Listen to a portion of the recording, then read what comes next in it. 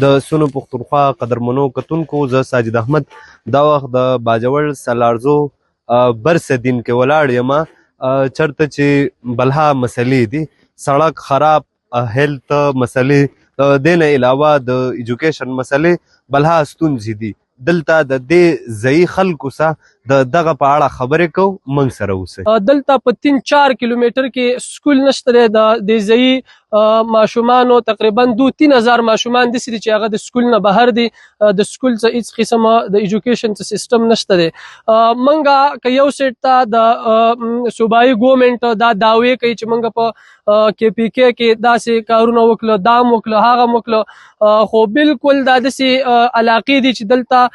تر اوسه پورې هېڅ قسم داسې د ترقۍ کار نه دی شوی او موږ بالکل دغه د ترقۍ د کارونو نه نامحرومه یو. MPA هم د PTI دی او صوبایي ګورنمنټ هم د PTI دی دغه د دروغو وعدې تر اوسه پورې کوي خو دلته یو هم داسې نه دی چې هغه راغلی دی او زموږ دا ستونزې او مشکلات یې حل کړي. زه د برې ډیبس نه ماشوم خبرې کوم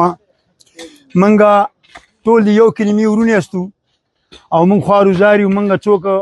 د قاموالۍ نه او د دغه نه څوک موږ نه حسابوي په هغه وخت کې موږ حسابېږو که کله د ووټ باس راشي او موږ دغه شانې خوارو زاري ورونونه هم دغه ورونه دي څوک یې لاله پخی نه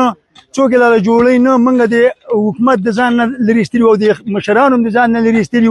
خپل رول مې په خواره ځمانې والی په خپلو پیسو باندې موږ په هر وخت کې د خلکو نه دا مطالبې کړل دي چې موږ ته روډ راکړئ موږ ته اسکول راکړئ موږ ته اسپتال راکړئ موږ ته بجلي راکړئ کوم چې په د آینده وخت کې د کوم چیزونو ضرورت دی انتهایي ډېر په هر وخت کې بھرپور مطالبه دا کړې ده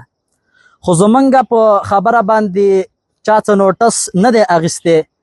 او هغو د علاقې ته هېڅ توجه نه ده ورکړې چې آیا په د علاقه کې انسانان اوسیږي که نه ځناور اوسیږي. من د خلکو نه بھرپور مطالبه کوو چې تاسو په دې وخت کې راشئ او زموږ په حال باندې لږ رحم وکئ موږ دا فریاد دی شامو دا موږ دا فریاد کړی دی خو چا پې څه